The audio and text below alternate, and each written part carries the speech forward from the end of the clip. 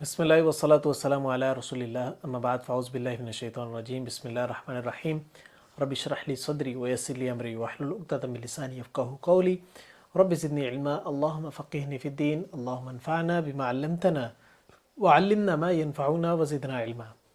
الحمدللہ، اللہ تعالیٰ کے فضل و کرم کے ساتھ آج ہم پارہ نمبر 7 کا آغاز کریں گے۔ تو آج کے لیسن کے اندر انشاءاللہ ہم سورۃ المائدہ کا آخری پارٹ اور سورۃ انعام کا سٹارٹنگ کا پارٹ ڈسکس کریں گے کہ اللہ تعالیٰ نے اس میں کیا چیز بیان فرمائی۔ بسم اللہ۔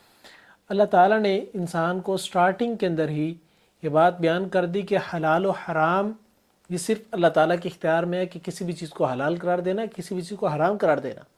یہ ہماری خواہشات نہیں ڈسکس کریں گی، یہ ہماری خواہشات نہیں ڈکلیئر کریں گی کہ کون سی چیز حلال ہے کون سی چیز حرام ہے۔ یہ اللہ کا فیصلہ ہے، اللہ چاہے تو کر دے۔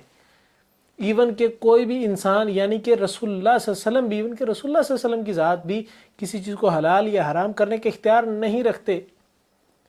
صرف اللہ تعالیٰ کی ذات حلال یا حرام کرنے کا اختیار رکھتی ہیں۔ اللہ تعالیٰ نے سورۃ المائدہ کی آیت نمبر 87 کے اندر بیان فرمایا، یا ایھا الذین آمنوا لا تحرموا طیبات ما احل اللہ لکم ولا تعتدوا ان اللہ لا یحب المعتدین۔ اے لوگو جو ایمان لائے ہو، نہ تم حرام قرار دو طیب چیزوں کو، یہ تو اللہ نے تمہارے لیے حلال قرار دیا، تم ان کو کیوں حرام قرار دیتے ہو؟ تم حد سے تجاوز نہ کرو، ان اللہ لا یحب المعتدین، اللہ حد سے تجاوز کرنے والوں کو پسند نہیں کرتا، حد سے بڑھنے والوں کو اللہ پسند نہیں کرتا۔ جو چیزیں اللہ نے حلال قرار دی ہیں ان کو حلال سمجھو، جو چیزیں حرام قرار دی ان کو حرام سمجھو، اس سے آگے کیوں بڑھتے ہو؟ اللہ کے رسول صلی اللہ علیہ وسلم نے ایک مرتبہ اپنے اوپر شہد کی خاص قسم کو حرام قرار دے دیا، تو اللہ تعالیٰ نے آیت کو اتار دی، سورۃ تحریم کی آیت نمبر 1 کو، فرمایا یا ایھا النبی لم تحرم ما احل اللہ لک تبتغی مرضات ازواجک۔ اے نبی، تم اللہ تعالیٰ کی طرف سے حلال کردہ چیزوں کو اپنے اوپر حرام کیوں قرار دے رہے ہو؟ کیا تم اپنی بیویوں کی رضامندی چاہتے ہو؟ کسی تم انسان کے پیچھے لگ کے اللہ کے حکم کی مخالفت کے اوپر آ رہے ہو؟ یہ کام تمہیں قطعاً زیب نہیں دیتا، نہ ہی تم نے کرنا ہے۔ فرمایا واللہ غفور رحیم، اللہ تعالیٰ بخشنے والا رحم کرنے والا ہے۔ اللہ نبی کو اگر اس بات پہ روک سکتے ہیں کہ تم نے کوئی بھی چیز میری مرضی کے بغیر حلال یا حرام قرار نہیں دینی، تو میں اور آپ کون ہوتے ہیں؟ ہم کس طریقے سے بیٹھ کے کل 7ویں 40ویں کی دلیلیں نکال کے بیٹھے ہیں، 11ویں اور 12ویں شریف کی دلیل نکال کے بیٹھے؟ کہاں سے دلیلیں نکال لی؟ اللہ نے تو یہ حلال قرار نہیں دی، اللہ نے تو ساری کی ساری یہ بدعات کے اندر کنسیڈر کی ہے۔ انسان اس کو حلال کر لے اپنی خواہش کے مطابق رہے کہ اس میں حرج ہی کیا ہے، کھانے پہ بس آیتیں ہی پڑھی ہیں۔ تو یہ اسی طریقے سے ہے جس طریقے سے آپ نے مرغی ذبح کرنی ہے، تکبیر بسم اللہ اللہ اکبر ہوتی ہے، آپ اس کو پڑھنے کی بجائے پورا قرآن پڑھ ڈالیں، کیا وہ ذبح کرنے سے حلال ہو جائے گی؟ نئی چیز ہو سکتی ہے حلال۔ تو اسی طریقے سے جو طریقہ کار اللہ نے بیان کر دیا، اس کے علاوہ کوئی بھی طریقے کے مطابق کھانے پینے کی چیز کو استعمال کریں گے وہ حلال نہیں ہوگا۔ اس کے بعد اللہ تعالیٰ نے قسم کے کفاروں کے متعلق ڈسکس کیا، تو یاد رکھیں قسمیں 2 قسموں کی ہوتی ہیں، ایک وہ جو کہ انسان دل کے سچے ارادے کے ساتھ کھاتا ہے، اور دوسری وہ جو کہ انسان کا تقیہ کلام ہوتا ہے۔ تقیہ کلام کے اوپر انسان بعض کا کہتا ہے واللہ میں نے یہ کام کرے، اللہ کی قسم یہی ہوا ہے۔ تو یہ جو تقیہ کلام والی قسم ہوتی ہے، اللہ تعالیٰ اس پہ مواخذہ نہیں کرتے، اس کا گناہ نہیں ہوتا اور اس کا کفارہ نہیں ہوتا، لیکن یہ کھانی نہیں چاہیے۔ کوشش کریں اس عادت کو تبدیل کریں، لیکن اگر کھا لیے تو اس پہ کوئی کفارہ نہیں، کوئی گناہ نہیں، اللہ مواخذہ نہیں کرے گا انشاءاللہ۔ لیکن جو قسم دل کے ارادے کے ساتھ کھائی ہے، اس کو اگر انسان توڑتا ہے تو توڑنے کے بعد اس کا کفارہ ادا کرے۔ کفارہ کیا ہے؟ 10 مسکینوں کو کھانا کھلانا، یا تو 10 مسکینوں کو کپڑے پہنانا۔ یہ کھانا اور کپڑے وہی ہیں جو آپ روزمرہ روٹین کے اندر پہن رہے ہیں، کھا رہے ہیں، یعنی اسی سٹینڈرڈ کا۔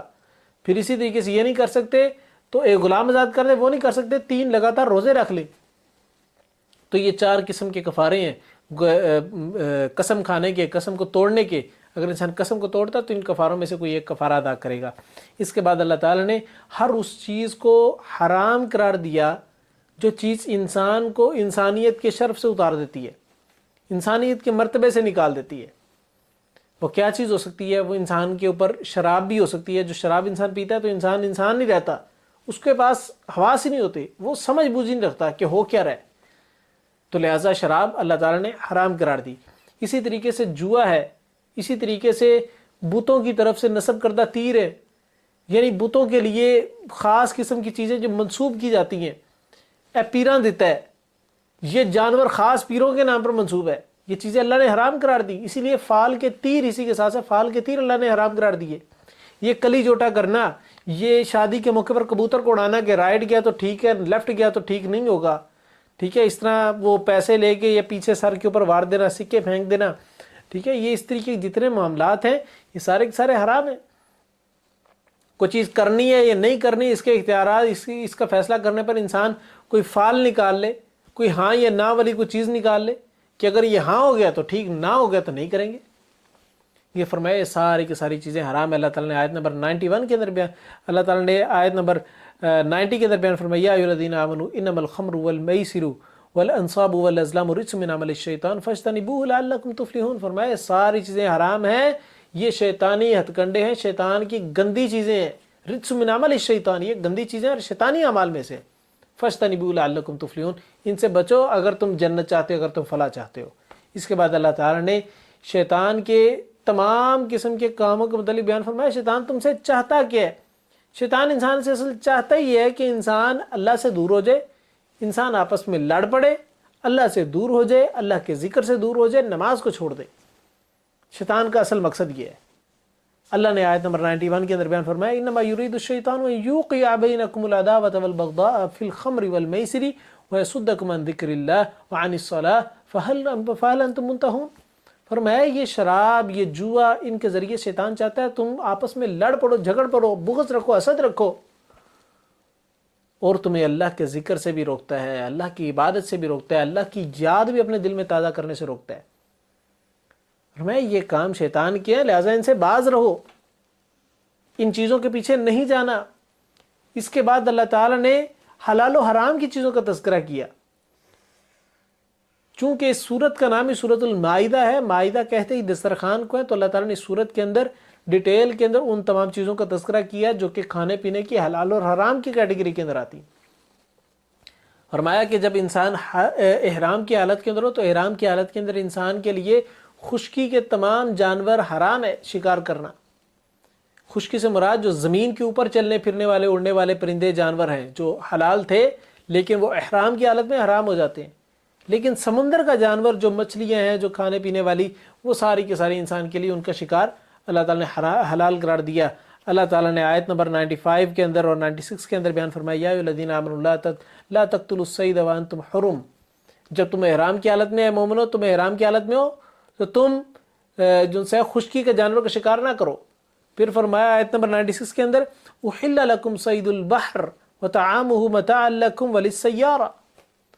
فرمایا کہ تمہارے لیے جو تری کا جانور ہے، جو سمندر کا جانور ہے، تمہارے لیے حلال قرار دیا، باہر کا جانور حلال قرار دیا، تم ان کو کھاؤ پیو، فائدہ اٹھاؤ اور یہ سے بزنس کرو۔ فرمایا یہ چیزیں تمہارے لیے حلال ہیں تو لہٰذا ان کو تم استعمال کر سکتے ہو۔ اس کے بعد اللہ تعالیٰ نے ان برائیوں کے متعلق تذکرہ کیا جن کو انسان کر کر کے یوز ٹو ہو چکا ہوتا ہے۔ یہ انسان خود کر کے یوز ٹو ہوتا ہے، یہ انسان دیکھ دیکھ کے یوز ٹو ہو چکا ہوتا ہے۔ اللہ نے فرمایا کہ گناہ کا یوز ٹو ہو جانا یہ زیادہ بڑا برا عمل ہے، تو لہٰذا گناہ کو گناہ سمجھنا ہے، اس کو یہ نہیں سمجھنا کہ سارے کر رہے ہیں تو ٹھیک ہو گیا۔ کسی چیز کا سارے لوگوں کا کرنا اس کے ٹھیک ہونے کی دلیل نہیں ہوتی۔ سارے لوگ گالیاں دے رہے ہیں تو گالیاں دینا صحیح ہو جائے گا؟ نہیں ہوگا صحیح۔ اللہ تعالیٰ نے آیت نمبر 100 کے اندر بیان فرمایا قُلْ لَا يَسْتَوِي الْخَبِيثُ وَالطَّيِّبُ وَلَوْ أَعْجَبَكَ كَثْرَةُ الْخَبِيثِ فَاتَّقُوا اللَّهَ يَا أُولِي الْأَلْبَابِ لَعَلَّكُمْ تُفْلِحُونَ۔ فرمایا کہ لوگوں یہ خبیث اور طیب چیز برابر نہیں ہو سکتی، دوسرے کی جیسی ہو ہی نہیں سکتی۔ خبیث خبیث ہے، طیب طیب ہے، اچھی اچھی ہے، بری بری ہے۔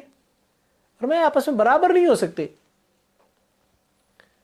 اور تم نے بری چیزوں کے پیچھے نہیں لگنا، یہ تعجب میں تمہیں نہ ڈالے، اسی کے بارے میں سوچ میں نہ ڈال دے کہ سارے لوگ کر رہے ہیں، غلط کیسے ہوگی۔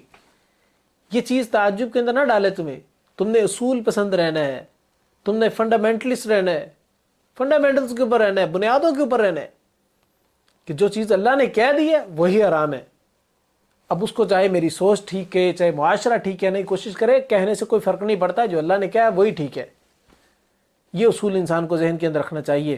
اس کے بعد اللہ تعالیٰ نے مشرکین مکہ کے کچھ جرائم کے متعلق ڈسکس کیا کہ مشرکین مکہ کا سب سے بڑا جرم یہ تھا کہ یہ لوگ شرک کرتے تھے۔ ان لوگوں نے اللہ کے ساتھ برابری کی سطح پہ لانے کی کوشش کی لوگوں کو۔ ان لوگوں نے بتوں کے نام پر کچھ چیزیں منسوب کرنا شروع کر دی۔ اللہ تعالیٰ نے آیت نمبر 103 کے اندر بیان فرمایا ما جعل اللہ من بحیرۃ ولا سائبۃ ولا وصیلۃ ولا حام ولکن الذین کفروا یفترون علی اللہ الکذب واکثرهم لا یعقلون. فرمایا کہ اللہ تعالیٰ نے بحیرہ، سائبہ، حام اور وسیلہ کو اللہ نے کوئی حلال قرار نہیں دیا. یہ تم نے ٹرمنالوجیز نکالی ہیں اور یہ حرام کام ہے، تمہارے اپنے منہ کی باتیں ہیں، لہٰذا ان کاموں کو چھوڑ دو. تو اسی طریقے سے اللہ تعالیٰ نے ان تمام چیزوں کو حرام قرار دیا جو بتوں کے لیے، جو اللہ کے علاوہ کسی اور کے لیے منسوب کر دی جاتی تھی کہ یہ چیز اس کے لیے خاص ہے، یہ چیز اس کے لیے خاص ہے. یہ ہم نے لٹ چھوڑی ہے، کیوں؟ یہ پیر صاحب کی منت ہے، پیر صاحب کے دربار میں منت مانگی تھی، یہ پیر صاحب کی طرف منسوب ہے، یہ حرام ہے. یہ کڑا پہنا جی، کیوں پہنا ہے؟ یہ پیر صاحب کے دربار سے جا کے لیا جی. تو یہ منسوب جب دربار کی طرف ہو جائے گا، غیر اللہ کی طرف ہو جائے گا، تو حرام ہو جائے گا. اسی طریقے سے جانور، بعض اوقات جانور لے کے وہاں پہ چھوڑ دیے جاتے ہیں. یہ جناب جو یہاں پر جانور لے کے آئے گا، لا کے یہاں پر چھوڑے گا، اس کی مرادیں پوری ہو جائیں گی. یہ جانور لا کر چھوڑنا، یہ پیروں کے نام پر منسوب کرنا ہے کہ یہ جی صرف پیروں کے لیے. اس جانور کو پھر کوئی ہاتھ نہیں لگاتا، کوئی اس کو تنگ نہیں کرتا، کوئی اس کا دودھ نہیں چوتا، کوئی اس سے فائدہ اٹھانے کی کوشش نہیں کرتا. کیوں؟ کیونکہ پیروں کے نام پہ منسوب ہے. اور میں یہ تمام چیزیں اللہ تعالی نے حلال قرار دی، یہ تم نے اپنے لیے حلال کی ہوئی ہیں، حالانکہ اللہ کی شریعت کے اندر تو یہ کام سارے حرام ہیں. پھر جب انہی مشرکوں سے سوال کیا جائے کہ تم یہ کام کرتے کیوں اگر اللہ حالانکہ اللہ نے نہ اس کی کوئی دلیل تاری، نہ رسول اللہ صلی اللہ علیہ وسلم نے اس کی کوئی دلیل بیان کی، تو ان کی دلیل کیا ہوتی ہے؟ ان کی دلیل یہ ہوتی ہے وَإِذَا قِيلَ لَهُمْ تَعَالُوا إِلَى مَا أَنزَلَ اللَّهُ وَإِلَى الرَّسُولِ قَالُوا حَسْبُنَا مَا وَجَدْنَا عَلَيْهِ آبَاءَنَا. جب ان سے کہا جاتا ہے کہ اس کی دلیل تو کوئی نہیں اتری، اللہ نے شریعت کے اندر نہیں اتاری، نہ اللہ نے بیان کی، نہ رسول نے بیان کی، تو پھر یہ کرتے کیوں ہو؟ تو کہتے ہیں حسبنا ما وجدنا علیہ آباءنا، ہمارے لیے وہی کافی ہے جو ہمارے آباء اجداد کرتے رہے، ساڈے وڈے کرتے رہے نے، سارا خاندان کرتا رہا ہے. جو بڑے کرتے رہے ہوں وہ ضروری نہیں سارے صحیح کام کرتے تھے. بڑے بالکل جنتی نہیں ہو سکتا ہے ان میں سے کئی لوگ وہ ہیں جن کو کک علم نہ ہو، جن کو بالکل بھی بیسک نالج کا نہیں علم ہو، جن کو بالکل ہی دین کی بیسس کا بھی علم نہ ہو. کئی لوگ ایسے تھے کہ انہوں نے اس طریقے سے قرآن و سنت کو پڑھا نہیں جس طریقے سے آپ لوگوں نے پڑھا. آج کے دور کے اس طریقے سے میڈیا آپ لوگوں کو آن لائن کلاسیں ملی ہیں، یہ دورہ قرآن کر رہے ہیں. آج سے پہلے آپ کے بڑوں کو یہ چیزیں ملی تھی؟ کبھی بھی نہیں ملی تھی. تو جس طریقے سے علم آپ کے پاس ہے اس طریقے سے ان کے پاس تھا؟ کبھی بھی نہیں تھا. تو پھر وہ سارے کے سارے ان کے بتائے گئے اعمال کیسے ٹھیک ہو سکتے ہیں؟ معیار کیا ہونا چاہیے کسی چیز کے صحیح اور غلط ہونے کا؟ وہ قرآن و سنت ہونا چاہیے. کسی انسان کے منہ کی بات یا بڑوں کے بتائی ہوئی باتیں یا بابوں کی بتائی ہوئی باتیں یا پھر ہمارے آباء و اجداد کی بتائی ہوئی باتیں نہیں سٹینڈرڈ بنتی. سٹینڈرڈ اللہ اور اس کے رسول کی بات ہے، قرآن و سنت کی بات ہے، بس قرآن و حدیث کی بات ہے. اس کے بعد اللہ تعالیٰ نے عیسیٰ علیہ السلام کے متعلق ڈسکس کیا کہ عیسائیوں سے جب سوال کیا جائے گا تم یہ شرک کیوں کرتے ہو، تو وہ کہتے ہیں کہ بھئی ہمیں تو عیسیٰ نے کہا تھا. انجیل کے اندر نے خود سے اپنے پاس سے تحریر لکھی نا کہ عیسیٰ نے کہا کہ میں خود ہی خدا ہوں، میں خدا میں سے ایک ہوں، 3 خدا ہیں تو تینوں میں سے ایک ہوں اور میں تینوں کو مل کے ایک خدا ہوں. اس طریقے کی باتیں ساری لکھی. جب اللہ تعالیٰ عیسیٰ علیہ السلام کو بلائیں گے، ان سے پوچھیں گے ہاں جی یہ تم نے کہا تھا، تو عیسیٰ علیہ السلام فرمائیں گے کہ قال سبحانک ما یکون لی ان اقول ما لیس لی بحق. آیت نمبر 116 کے اندر اللہ نے بیان فرمایا کہ عیسیٰ علیہ السلام کہیں گے یا اللہ تو پاک ہے ان تمام قسم کی برائیوں سے، مجھے تو یہ چیز زیب نہیں دیتی کہ میں یہ چیز لوگوں کو کہوں جو کہ حق نہیں ہے. میں نے تو لوگوں کو اس چیز کی طرف دعوت دی نہیں، میں نے تو ایک اللہ تعالیٰ کی طرف دعوت دی تھی، ایک توحید کی طرف بلایا تھا. ان لوگوں نے خود یہ ساری خرافات کی ہیں. پھر اللہ تعالیٰ عیسائیوں کو ان کی خرافات کی وجہ سے سزا دے گا. تو یہ سارے کے سارے لوگ جنہوں نے عقیدے بنائے نا کہ ہمارے پیر صاحب نے یہ ساری حکم دیے ہیں، پیر صاحب نے کوئی نہیں حکم دیے، ساری کہانی ہے. تو جب قیامت کے دن پیروں سے پوچھا ہاں جی تم نے حکم دیا، وہ انکار کر دیں گے، چٹا انکار کر دیں گے، وہ کلی طور پہ انکار کر دیں گے اللہ ہم نے نہیں حکم دیا تھا. پھر اس ٹائم یہ لوگ کیا اپنے لیے نظریہ رکھتے ہیں، کیا چیز اللہ تعالیٰ کے سامنے جواب کے طور پہ بیان کریں گے؟ کوئی چیز بھی نہیں ہوگی ان کے پاس. اس کے بعد اللہ تعالیٰ نے سورۃ انعام کا تذکرہ کیا. سورۃ انعام مکی سورت ہے اور یہ وہ سورت ہے جو کہ مکی دور کے آخری ایام کے اندر نازل ہوئی، یعنی ہجرت سے کچھ عرصہ پہلے یہ نازل ہوئی. تو اللہ تعالیٰ نے اس میں پورا مکی دور جو 13 سالہ ہے، 13 سالہ کچھ ماہ، تو اس سارے کا اللہ نے کنکلوژن اس سورت کے اندر بیان کیا، خلاصہ اس سورت کے اندر بیان کیا. توحید کی ساری ڈیٹیل کے اندر ڈسکشن کی کہ توحید کی اقسام کون سی ہوتی ہیں، توحید کتنی قسموں کا ہوتا ہے، اور پھر شرک کی کون کون سی اقسام ہوتی ہیں، کس طرح کے شرک لوگ کرتے ہیں، ان ساروں کو ڈیٹیل کے اندر تذکرہ کیا اللہ تعالیٰ نے۔ بنی اسرائیل کے متعلق تذکرہ کیا اسی طریقے سے، جس طریقے سے اللہ نے سورۃ البقرہ اور سورۃ آل عمران کے اندر بنی اسرائیل کا اور عیسائیوں کے عقائد کا رد کیا، ان کے نظریات کو بیان کیا اور پھر ان کا رد کیا، اعتراضات کو بیان کیا، ان کا رد کیا، اسی طریقے سے یہاں پر اس صورت کے اندر اللہ تعالیٰ مشرکین مکہ کے عقائد نظریات بیان کریں گے اور ان کا رد بھی بیان کریں گے۔ اللہ تعالیٰ نے صورت کے آغاز کے اندر اپنی سب سے پہلے تعریف بیان کی۔ آیت نمبر 1 اور 2 کے اندر اللہ نے بیان فرمایا اللہ کی ذات کون ہے، الحمدللہ الذی، اللہ تعالیٰ کی ذات تو وہ ذات ہے جس کی تمام تعریفیں ہیں، خلق السماوات والارض، وہ زمین و آسمان کا بنانے والا ہے۔ پھر فرمایا وجعل الظلمات والنور، اور وہ نور کو اور اندھیروں کو بنانے والا ہے، ہر چیز کا کریٹر اللہ تعالیٰ ہے۔ فرمایا ثم الذین کفروا بربہم یعدلون، یہ پھر بھی اللہ تعالیٰ کے ساتھ شرک کرتے ہیں، کفر کرتے ہیں، اللہ تعالیٰ کا انکار کرتے ہیں، حالانکہ ان سب چیزوں کو بنانے والا اللہ ہے، ان چیزوں کو بنانے والی کوئی اور ذات ہو بھی نہیں سکتی۔ والذی خلقکم من طین ثم قضى اجلا واجل مسمى عنده ثم انتم تمترون، فرمایا اللہ نے تم سب کو مٹی سے بنایا اور تمہارا ایک مقررہ مدت بنا دی، تمہاری ایک زندگی لکھ دی کہ اتنا ٹائم پیریڈ کے لیے تم اس دنیا کے اوپر ہو، ان چیزوں کو لکھ دیا اللہ تعالیٰ نے۔ پھر اس کے بعد تم کدھر جاؤ گے؟ اللہ کے پاس ہی رہنا ہے، اللہ کے پاس ہی واپسی پلٹ کے جانا ہے۔ اس دنیا کے جتنا مرضی وقت گزار لو، ایک مخصوص مدت ہی تم گزارو گے، اس کے بعد پلٹ کے تو اللہ کی طرف ہی جانا ہے۔ تو تمہاری اصل مٹی ہے، اس لیے انسان مرنے کے بعد مٹی ہو جاتا ہے، اور روح اللہ تعالیٰ کی طرف سے نازل کرتا تھی تو لہٰذا وہ اللہ تعالیٰ کے پاس چلی جائے گی۔ اس کے بعد اللہ تعالیٰ نے عقیدہ توحید کی وضاحت بیان کی کہ لوگوں نے شرک کی مختلف قسموں کو بیان کیا، مختلف طریقے سے شرک کیا۔ کسی نے اللہ تعالیٰ کے علاوہ دوسری ہستیوں کو اپنا مددگار تسلیم کرنا شروع کر دیا، کسی نے اللہ تعالیٰ کے علاوہ دوسری ہستیوں کو عالم غیب سمجھنا تو شروع کر دیا، کسی نے اللہ تعالیٰ کے علاوہ دوسری ہستیوں سے مدد طلب کرنا شروع کر دی، کسی نے اللہ تعالیٰ کے علاوہ دوسری ہستیوں کو اصل حاکم تسلیم کرنا شروع کر دیا، بگڑی بنانے والا تصور کرنا شروع کر دیا، کسی نے اللہ تعالیٰ کی برابری کے اندر کچھ لوگوں کو لا کے کھڑا کر دیا، جس طریقے سے مشرکین مکہ نے اللہ تعالیٰ کی برابری کے اندر اللہ کی اولاد کو لا کھڑا کر دیا۔ انہوں نے کہا کہ یہ جن اور یہ فرشتے اللہ تعالیٰ کی اولاد ہیں، نعوذ باللہ من ذالک۔ اس طریقے سے عیسائیوں نے کہا کہ جس طرح اللہ خدا ہے اس طریقے سے عیسیٰ بھی خدا ہے، تو انہوں نے برابری کی سطح پہ لا کھڑا کرنا شروع کر دیا۔ اور میں سارے کے سارے عقیدے باطل ہیں اور یہ حرام ہے اور یہ شرک کی طرف ہے، اللہ نے ان کی نفی کی۔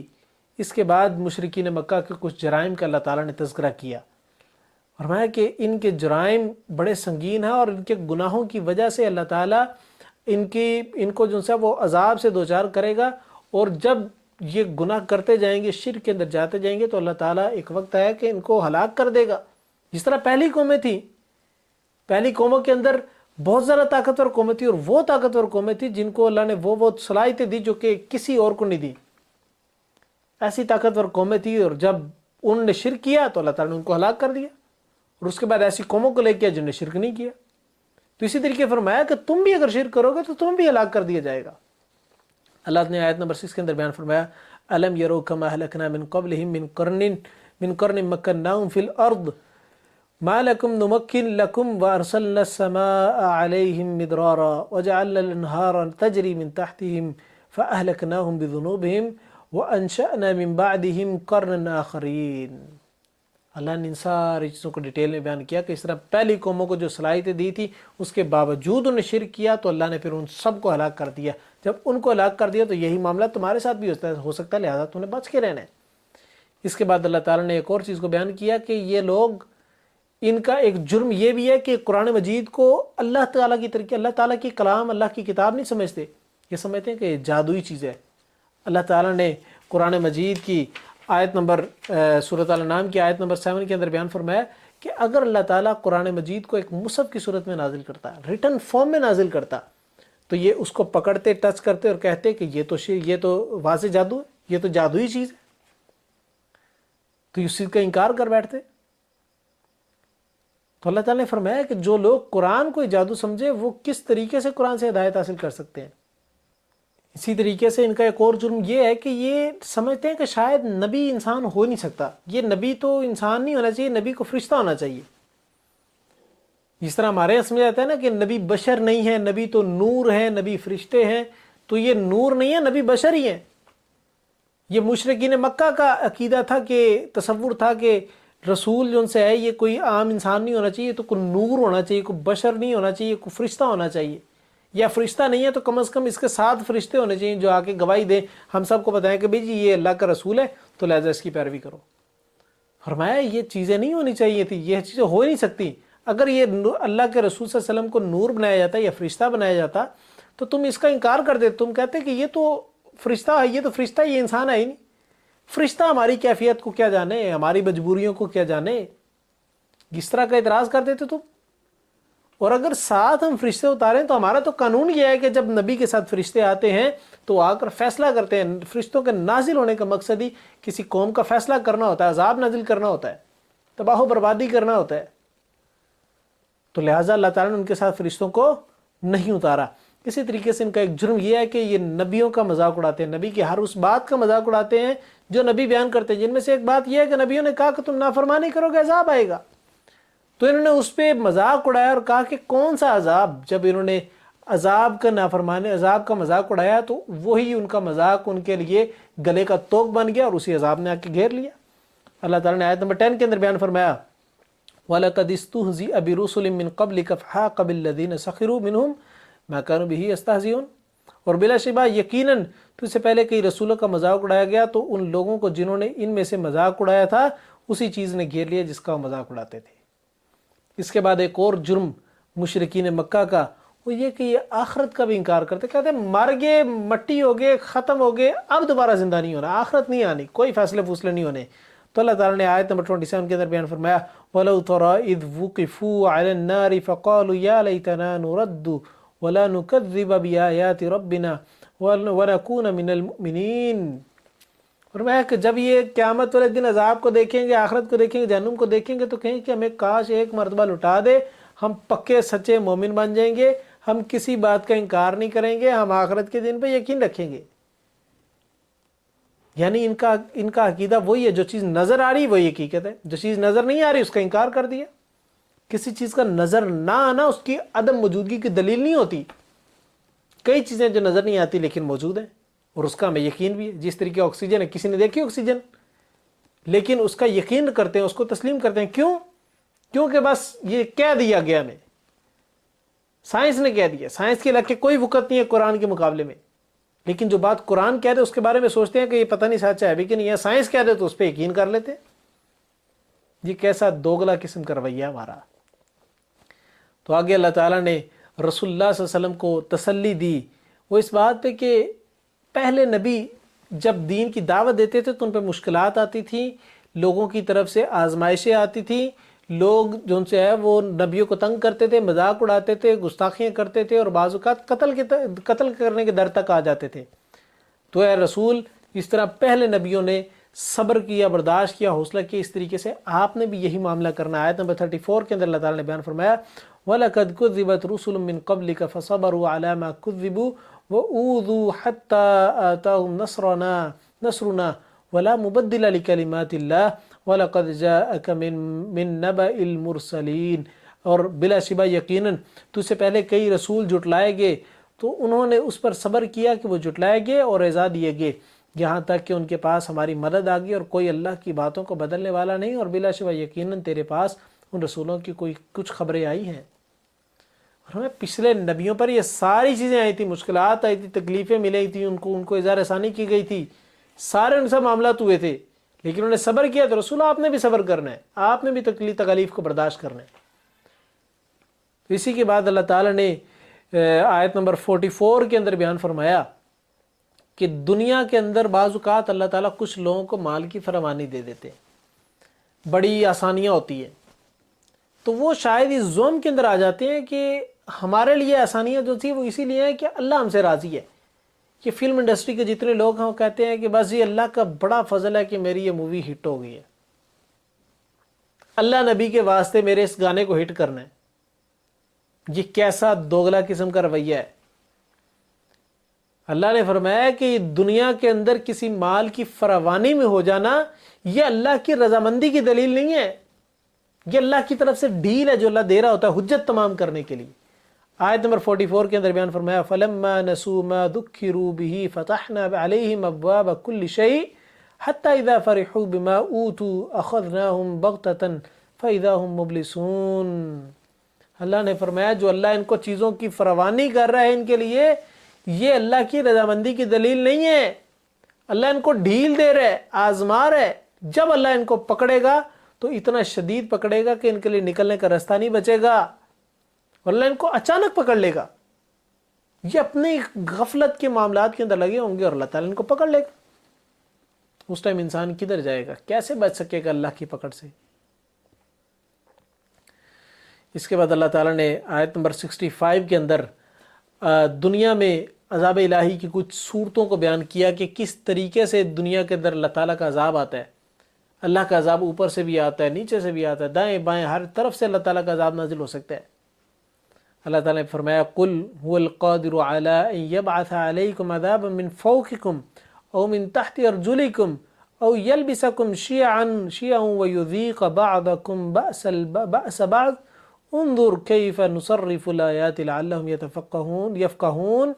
اللہ نے فرمایا کہ اللہ اس چیز پر قادر ہے کہ اللہ تمہارے پر عذاب نازل کرے، اوپر سے بھی نیچے سے بھی، اللہ اوپر نیچے دونوں طرف سے نازل کر دے، یا تمہیں گروہ گروہ بنا کر اللہ گتھم گتھا کر دے، لڑایا دے، آپس میں جھگڑا کروا دے تمہارا، اور تم اسی چکر کے اندر مارے جو سارے۔ تو اللہ نے فرمایا کہ یہ سارے کام اللہ کرنے پر قادر ہے۔ اوپر سے عذاب کا نازل کرنا کیا ہے؟ کہ آسمان سے قحط سالی کا ہو جانا، بارشوں کا نہ برسنا، پتھروں کی بارش کا ہونا، یا تیز آندھیوں کا آنا، طوفان کا آنا، یہ آسمان سے بارش، آسمان سے جو ہے وہ اللہ کے عذاب کا آنا ہے۔ اسی طریقے سے نیچے سے عذاب کا آنا کیا ہے؟ زلزلہ آنا، زمین کا پھٹ جانا، زمین کے اندر چیزوں کا دھس جانا، یہ اللہ کا عذاب ہی ہے۔ برے حکمران مل جانا، یہ اللہ کا عذاب ہے نیچے سے، اور گروہ گروہ ہو کر لڑوا دینا، یہ بھی اللہ کا عذاب ہے۔ اللہ کے رسول صلی اللہ علیہ وسلم کی حدیث سیدنا سعد بن وقاص رضی اللہ تعالیٰ عنہ بیان کرتے ہیں کہ اللہ کے رسول صلی اللہ علیہ وسلم نے بیان فرمایا، صحیح مسلم کی روایت ہے 2890، آپ علیہ السلام نے فرمایا میں نے 3 دعائیں اللہ تعالیٰ سے مانگی، 2 تو قبول کر لی گئی، 1 قبول نہ کی گئی۔ پہلی دعا میں نے اللہ تعالیٰ سے یہ مانگی کہ یا اللہ میری ساری امت کو قحط سالی کے اندر نہ ڈال دینا، یعنی ساری امت کے اوپر یکمشت قحط سالی نہیں آ سکتی۔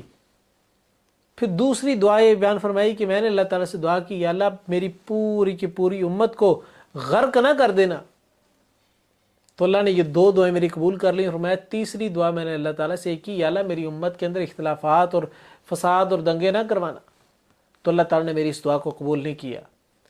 یعنی کہ پوری امت اختلافات کے اندر پڑ سکتی، فرقہ واریت کے اندر پڑ سکتی، راج وہ ثابت ہے ہمارے سامنے، پوری امت اختلافات اور فرقہ واریت کے اندر ہے، لیکن پوری امت اچانک سے غرق نہیں ہو جاتی۔ جس طرح پہلی قومیں ہوتی ہیں، نوح علیہ السلام کی قوم پوری کی پوری قوم جو سی ہے، پوری کی پوری ان کی امت غرق ہوگی۔ صالح علیہ السلام کی قوم، اس طریقے سے شعیب علیہ السلام کی قوم، پھر آگے قوم عاد اور قوم سمود، یہ ساری قومیں جو سی ہیں وہ اللہ تعالیٰ نے پوری کی پوری کو تباہ و برباد کر دیا۔ لیکن آپ علیہ السلام کی امت ساتھ یہ معاملہ نہیں ہے۔ ہاں ایک معاملہ ضرور ہے کہ آپس میں اختلافات اور فرقہ واریت کے اندر یہ قوم پڑ سکتی ہے، تو اللہ تعالیٰ نے اس کے لیے یہ پہلے ہی اللہ کے رسول صلی اللہ علیہ وسلم نے بیان کر دیا کہ میری یہ دعا قبول نہیں کی گئی۔ آگے اللہ تعالیٰ نے ابراہیم علیہ السلام کی دعوت کے متعلق ڈسکس کیا کہ ابراہیم علیہ السلام نے لوگوں کو دین کی دعوت دی بڑے انوکھے انداز سے۔ پہلی بات تو یہ کہ وہ توحید، خالص توحید کی دعوت دینے والے تھے، خالص ایک اللہ کی طرف بلانے والے تھے، تمام قسم کی شرک کی نفی کرنے والے تھے، وہ ایک اللہ کی طرف لوگوں کو بلایا کرتے تھے۔ اللہ تعالیٰ نے آیت نمبر 74 کے اندر بیان فرمایا وَإِذْ قَالَ إِبْرَاهِيمُ لِأَبِيهِ آزَرَ أَتَتَّخِذُ أَصْنَامًا آلِهَةً إِنِّي أَرَاكَ وَقَوْمَكَ فِي ضَلَالٍ مُبِينٍ۔ جب ابراہیم علیہ السلام نے اپنے باپ آزر سے کہا کہ تم اپنے ہاتھوں سے بتوں کو بناتے اور ان کی عبادت کرتے ہو، میں دیکھتا ہوں کہ تم اور تمہاری قوم ساری کی ساری قوم جو سے گمراہ ہوئی پڑی ہے۔ ان کو اتنی سی بات سمجھ نہیں آتی کہ ہم جس بت کے سامنے سجدہ کر رہے ہیں، جس بت سے مدد طلب کر رہے ہیں، اس بت کو بھی ہم نے ہی بنایا۔ کبھی مخلوق اپنے کریٹر کو بناتی ہے؟ کبھی بھی نہیں بناتی۔ مخلوق اپنے خالق کو بنا ہی نہیں سکتی، خالق مخلوق کو بناتا ہے۔ تو ان لوگوں کی عقل اتنی خبتی ہو چکی ہے کہ اس بات کو سمجھنے پہ نہیں آ رہے کہ یہ مخلوق ہوتے ہوئے بھی جو ان سے ہے اپنے خالق کو خود کیسے بنا سکتے ہیں۔ ان کے بت ان کے خالق ہو ہی نہیں سکتے، کیونکہ مخلوق خالق کو نہیں بناتی، خالق مخلوق کو بناتا ہے۔ اگر یہ ان کے بت خدا ہوتے تو یہ پہلے سے خود بخود نہ بنے ہوتے، خود نہ سارے معاملات کر رہے ہوتے۔ ان کو تو اپنا وجود رکھنے کے لیے مٹی کا سہارا لینا پڑتا ہے، بتوں کو اپنا وجود برقرار رکھنے کے لیے مٹی کا سہارا لینا پڑتا ہے۔ اور یہ سہارا دینے والے لوگ کون ہیں؟ یہ انسان ہے، یہ انہی کے مرید ہے۔ میں کہتا ہوں یہ پیر، ان کے لیے ان کی کوئی کرامت نہیں ہے، اصل کرامت تو مریدوں کی ہے جو کہ پیسہ دے کے پیروں کو جو ان سے ہے وہ عیاشی کروا رہے ہوتے ہیں۔ یہ پیسہ دینا چھوڑ دیں، چندہ دینا چھوڑ دیں، یہی آپ کو سارے کے سارے پیر فقیر جو ان سے ہیں کہیں نہ کہیں دیہڑیاں کرتے نظر آئیں گے۔ یہ چوکو چراؤ پہ بیلچے اٹھائے نظر آئیں گے آپ کو دیہڑی مانگتے ہوئے۔ ساری کی ساری کرامت ان مریدوں کی ہے کہ جنہوں نے ان پیروں کو سر پہ بٹھایا ہوا ہے۔ اسی طریقے سے ابراہیم علیہ السلام نے ایک انوکھے انداز کے اندر اپنی پوری قوم کو توحید سمجھانے کی کوشش کی۔ اللہ تعالیٰ نے آیت نمبر 76، 78، 79 کے اندر بڑی ڈیٹیل کے اندر بیان فرمایا کہ ابراہیم علیہ السلام ایک مرتبہ اپنی قوم کے کچھ لوگوں کے درمیان بیٹھے، رات کا وقت تھا، ایک ستارہ نکلا بڑا ہی خوبصورت چمکتا ہوا۔ انہوں نے دیکھ کر کہا شاید یہ میرا خدا ہے۔ تو تھوڑی دیر گزری، چاند نکلا، جیسی چاند کی روشنی نکلی، چاند کی روشنی زیادہ ہوتی ہے، اس کی زیادہ روشنی کی وجہ سے وہ ستارہ جو ہے وہ نظر آنا ختم ہو گیا۔ تو ابراہیم علیہ السلام نے کہا یہ ستارہ میرا خدا نہیں ہے، میرا خدا وہ نہیں ہو سکتا جو بجھ جائے تو یا وہ کمی کا شکار ہو جائے یا وہ مغلوب ہو جائے، میرا خدا تو وہ جو غالب ہے، یعنی چاند میرا خدا ہے۔ اب اگلا دن جب چڑھا تو سورج نکلا تو چاند بھی غائب۔ فرمایا کہ نہیں، یہ ختم ہو جانے والی چیزیں میرا خدا نہیں ہو سکتی، یہ سورج میرا خدا ہے۔ اب رات ہوئی تو سورج بھی ڈھل گیا۔ فرمایا کہ جو چیزیں مغلوب ہو جائے وہ میرا خدا ہو نہیں سکتی، اور میری قوم تم کن لوگوں کی عبادت کرتے ہو جو مغلوب ہونے والی ہیں، جو ختم ہو جانے والی چیزیں ان کی عبادت کر رہے ہو۔ ان کی عبادت قطع نہ کرو، یہ چیزیں تو ساری کی ساری مغلوب ہو جانے والی ہیں۔ میرا اللہ جس ہستی کی میں عبادت کرتا ہوں وہ مغلوب ہونے والا نہیں ہے، وہ ہمیشہ قائم و دائم ہے، وہ حی القیوم ہے، وہ ولا سنۃ ولا نوم ہے۔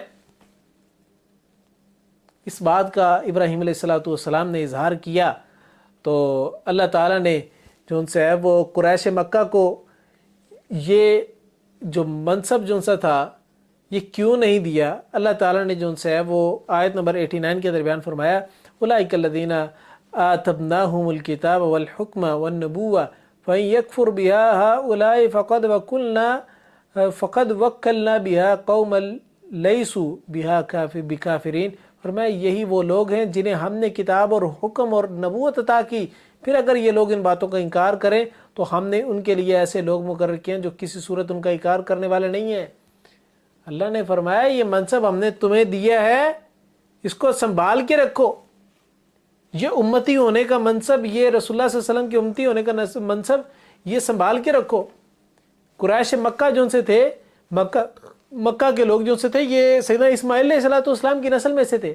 جس طرح یہودیوں نے حسد کیا، صرف اس بنیاد پہ تکبر کیا انہوں نے کہ ہم لوگ انبیاء کی نسل میں سے ہیں لہٰذا ہم لوگ جنتی ہیں، اس طریقے سے مشرکین مکہ نے بھی یہ جو ان سے ہے وہ تکبر کیا کہ ہم لوگ بھی نبیوں کی نسل میں سے ہیں۔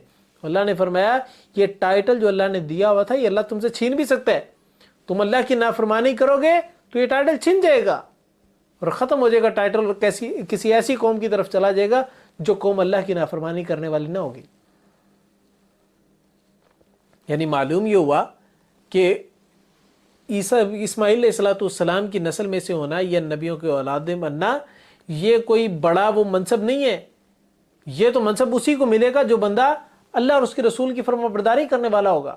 نافرمانی کرو گے تو ٹائٹل چھن جائیں گے، یہ میڈلز اتر جائیں گے۔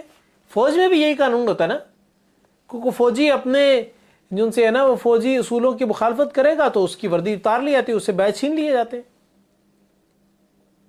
تو یہی اللہ تعالیٰ کا قانون ہے۔ آگے اللہ تعالیٰ نے مشرکین مکہ کے عقائد کا رد کیا فرمایا کہ مشرکین مکہ نے اللہ کی بیٹے اور بیٹیاں تسلیم کیے ہوئے، یہ کہتے ہیں کہ اللہ نے بیٹے بنائے ہیں بیٹیاں بنائے ہیں، یہ اللہ نے نہیں بنائے ہوئے، اللہ کی کوئی اولاد نہیں ہے۔ ان لوگوں نے جو بیان کیا وہ آیت نمبر 100 کے اندر اللہ تعالیٰ نے بیان فرمایا وَجَعَلُوا لِلَّهِ شُرَكَاءَ الْجِنَّ وَخَلَقَهُمْ وَخَرَقُوا لَهُ بَنِينَ وَبَنَاتٍ بِغَيْرِ عِلْمٍ سُبْحَانَهُ وَتَعَالَى عَمَّا يَصِفُونَ۔ فرمایا اور انہوں نے جنوں کو اللہ کا شریک بنا دیا، حالانکہ اس نے انہیں پیدا کیا اور اس کے لیے بیٹے اور بیٹیاں کچھ جانے بغیر تراش لی، وہ پاک ہے اور بہت بلند ہے اس سے جو وہ بیان کرتے ہیں۔ ان لوگوں نے اللہ کے بیٹے اور بیٹیاں تسلیم کرنا شروع کر دی۔ مشرکین مکہ نے کہا یہ جو فرشتے ہیں یہ اللہ کی بیٹیاں ہیں، یہ جن جو ان سے اللہ کے بیٹے ہیں، حالانکہ اللہ نے کیا فرمایا لم یلد ولم یولد، نہ اللہ تعالیٰ خود کسی کی اولاد ہے اور نہ اللہ کی کوئی اولاد ہو سکتی ہے۔ اللہ واحد القہار ہے، اللہ ایک اکیلا ہے، لم یلد ولم یولد ولم یکن لہ کفوا احد، اللہ کی برابری کرنے والا بھی کوئی نہیں، اللہ الصمد ہے، اس کا ہمسر بھی کوئی نہیں، اس کا ساتھی بھی کوئی نہیں، اور اس کی برابری کرنا تو ویسے ہی دور کی بات ہے۔ آگے اللہ تعالیٰ نے بیان فرمایا آیت نمبر 102 کے اندر ذالکم اللہ ربکم لا الہ الا ہو خالق کل شیء فاعبدوہ وہو علی کل شیء وکیل۔ فرمایا کہ ذالکم اللہ ربکم، یہ اللہ تمہارا رب ہے، لا الہ الا ہو، اس کے علاوہ کوئی الہ نہیں ہے، اس کی کوئی برابری کرنے والا نہیں ہے۔ فرمایا خالق کل شیء فاعبدوہ، یہ ہر چیز کا بنانے والا، لہذا عبادت صرف اللہ کی کی جائے گی۔ خالق صرف اللہ تعالیٰ ہے تو خالق کے سامنے سر جھکایا جائے گا، باقی سب مخلوق ہیں۔ فرمایا وہو علی کل شیء وکیل، اور وہ اللہ تعالیٰ ہر چیز کے اوپر نگہبان ہے۔ اللہ تعالیٰ نے یہ ساری چیزیں بیان کر دی، اپنی توحید کو کلیئرلی بیان کر دیا کہ اللہ کے علاوہ کوئی عبادت کے لائق نہیں، اللہ کے علاوہ کوئی الہ نہیں، اللہ کے علاوہ کوئی کریٹر نہیں، اللہ کے علاوہ کوئی نگہبان نہیں، وہ ہر چیز پر قادر ہے، جو چیز جیسے کرنا چاہے اللہ کر سکتا ہے۔ اس کے بعد اللہ تعالیٰ نے ایک اور حکم نازل کیا مومنین کے لیے، فرمایا کہ مشرکین کے یا اسلام کے علاوہ کسی اور مذہب کے ماننے والے، کسی اور دھرم کے ماننے والوں کے خداؤں کو تم نے گالی نہیں دینی۔ یہ گالی کسی کو دینا یہ بہت بڑا جرم ہے، چاہے وہ کسی کے خدا ہوں چاہے وہ انسان ہو، کسی کو بھی گالی دینا جرم ہے۔ اللہ تعالیٰ نے قرآن مجید کی آیت نمبر 108 کے اندر بیان فرمایا، سورۃ انعام کی فرمایا وَلَا تَسُبُّوا الَّذِينَ يَدْعُونَ مِن دُونِ اللَّهِ فَيَسُبُّوا اللَّهَ عَدُوًّا بِغَيْرِ علم۔ فرمایا تم ان کے بتوں کو گالی نہ دو، حالانکہ ان کے بت جو سے، ان کے خدا جو سے ہیں وہ جھوٹے خدا ہیں، وہ خدا ہیں نہیں لیکن بنائے ہوئے ہیں، ان کو تم گالی دو گے یہ تمہارے سچے خدا، حق کے اوپر موجود خدا کو تم یہ گالی دیں گے، یعنی اللہ تعالیٰ کو یہ گالی دیں گے بغیر ان کو پتہ بھی نہیں ہوگا کہ یہ گالی دے کس کو رہے ہیں۔ کیوں؟ کیونکہ یہ تو جانتے ہی نہیں کہ یہ واقعی برحق خدا ہے کہ یہ اللہ تعالیٰ کی ذات ہی، تو لہٰذا یہ ان کو گالی دیں گے، نعوذ باللہ من ذالک۔ فرمایا تم نے ان کو گالی نہیں دینی۔ آپ علیہ الصلوۃ والسلام کی حدیث سنن ترمذی کی روایت ہے، آیت حدیث نمبر 1902، آپ علیہ الصلوۃ والسلام نے فرمایا، سیدنا عبداللہ بن عمر سے روایت ہے، آپ نے فرمایا کہ کبیرہ گناہوں میں سے ایک کبیرہ گناہ یہ ہے کہ انسان اپنے والدین کو گالی دے۔ صحابہ نے سوال کی یا رسول اللہ صلی اللہ علیہ وسلم کون سا شخص ہے جو اپنے والدین کو گالی دے گا؟ تو آپ نے فرمایا ہاں، والدین کو گالی دینا کبیرہ گناہوں میں سے گناہ ہے، کہ تم کسی شخص کے والد کو گالی دیتے ہو، وہ جواب میں تمہارے والد کو گالی دیتا ہے تو اس نے جو گالی دی وہ تمہارے گالی دینے کی وجہ سے گالی دی، وہ اسی طرح جس طرح تم نے اپنے والد کو خود گالی دی۔ نعوذ باللہ من ذالک۔ ہمارے یہاں کتنا عام ہے ایک دوسرے کو ماں بہن کی، ماں باپ کی گالیاں دینا، اور اس کے جواب کے اندر ہمارے ہی ماں بہن کو گالیاں دے رہا ہوتا ہے۔ تو لہٰذا ان چیزوں سے اجتناب کرنا چاہیے، ان گناہوں سے بچیں جن گناہوں سے جو گناہ کبیرہ گناہوں میں شمار ہو رہے ہو، کیونکہ صغیرہ گناہ تو انسان نیک عمل کرتا ہے ان کی وجہ صاف ہوتے رہتے ہیں، لیکن کبیرہ گناہوں پہ معافی مانگنا ضروری ہے۔ تو لہٰذا اللہ تعالیٰ سے معافی مانگیے کہ یا اللہ معاف فرما دے، اور آج سے تہیہ کیجئے کہ کسی کو آج کے بعد گالی نہیں دینی، کسی صورت نہیں دینی، کسی حال میں بھی نہیں دینی۔ میں اللہ تعالیٰ سے دعا کرتا ہوں کہ اللہ تعالیٰ ہم سب کو قرآن و سنت کے مطابق زندگی گزارنے کی توفیق عطا فرمائے۔ میں نے اس پورے پارے کے اندر جو کچھ بیان کیا، جو صحیح بیان ہوا وہ صرف اور صرف ایک اللہ رب العزت کی توفیق کے سبب سے تھا، اور اگر بیان کرنے میں کوئی غلطی کوتاہی ہوئی ہے تو میرے طالب علم ہونے کی پختہ دلیل تھی۔ وآخر دعوانا ان الحمد للہ رب العالمین۔ السلام علیکم ورحمۃ اللہ وبرکاتہ۔